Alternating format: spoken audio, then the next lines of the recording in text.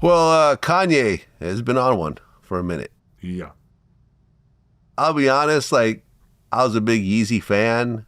I've gotten rid of most of my Yeezys at this point. I got a few pair here and there. You know, I don't wear them all that often. I used to wear them all the time. Now I don't wear them at all. I feel like Kanye will never go broke, okay? He's got hundreds of songs that he's earning, you know, he owns percentages of, so he's making money off the streams. His stuff is still being used in movies, and it has been used in movies, so the publishing, like all that money's coming through.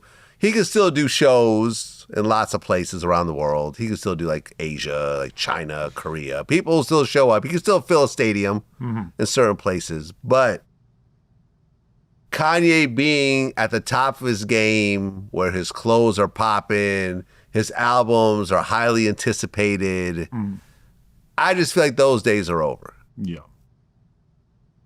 For sure. I mean, it's been a hell of a run. But it is what it is. Did you listen to the Bully album? I did. And I liked a lot of the songs. It wasn't bad. There was a bunch of moments where I was like, oh, this is the old Kanye that I loved. Huh. But then there was a lot of whatever. Right. I'm but interested. It was taken down. It was like up, and then it's not up anymore. Yeah, it was like 40 minutes. It was just on his YouTube. I listened to it. It started to repeat itself halfway through. I'm not really sure exactly what that was about. Like, it was like 5 songs, and then it was like those same 5 songs playing again or something. I was really confused when I was listening to it, but there were definitely moments on that tape where I really heard the version of Kanye that I loved from back in the day. But yeah, I mean, at this point, I think he's somebody who has seen the future and has listened to his gut so many times that he just believes that he knows the direction that the world is going to go in. He knew that he was going to rock pink polo shirts and that was going to become cool. He knew that he was going to use all these soul samples and that was going to be cool. He knew that it was going to become cool to be a nerd and that he didn't have to pretend to be a gangster or whatever.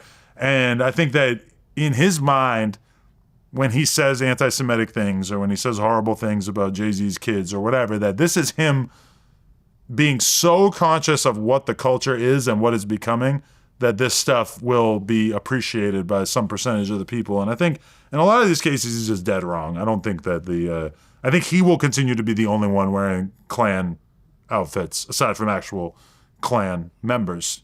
I might be wrong. I hope I'm not wrong. I hope that stays just a Kanye thing. But yeah, I mean, it just feels like even think about, he had a bunch of production on Carti's album, and it was going to stay on Carti's album. Carti was damn near forced to remove Kanye off his project because he went crazy on Twitter.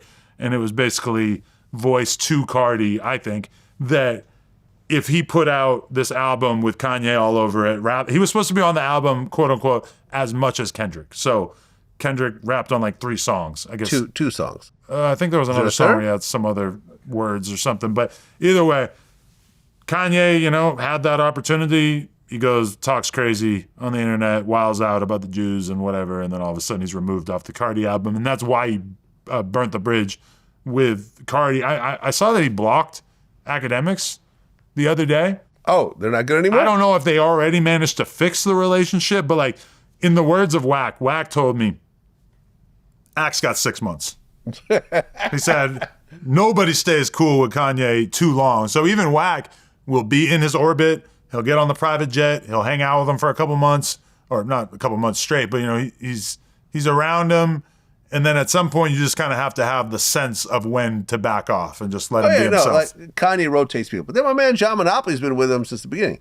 Yeah. I mean, I don't know how close they are at this very moment, but he's been around. To be a rapper manager is just like it takes a sense of stoicism and it takes like an internal peace that I think most people don't have. Like, shout out to Peter Pan, Chief Keef's manager. He's still around? Okay. Oh, yeah. That's what's up. And I mean, I feel like Chief Keef might be easier to deal with now than he used to be. Well, for sure that is the case. Like, as he's got older, I think he's got a lot less ridiculous with the drugs and just the craziness. But, I very much got that impression from talking to Peter Pan. Like, you've got to be like the ultimate cool head in these situations to stay on good terms with this artist and deal with so much shit. And like for me, I have a vision of how I want things to go.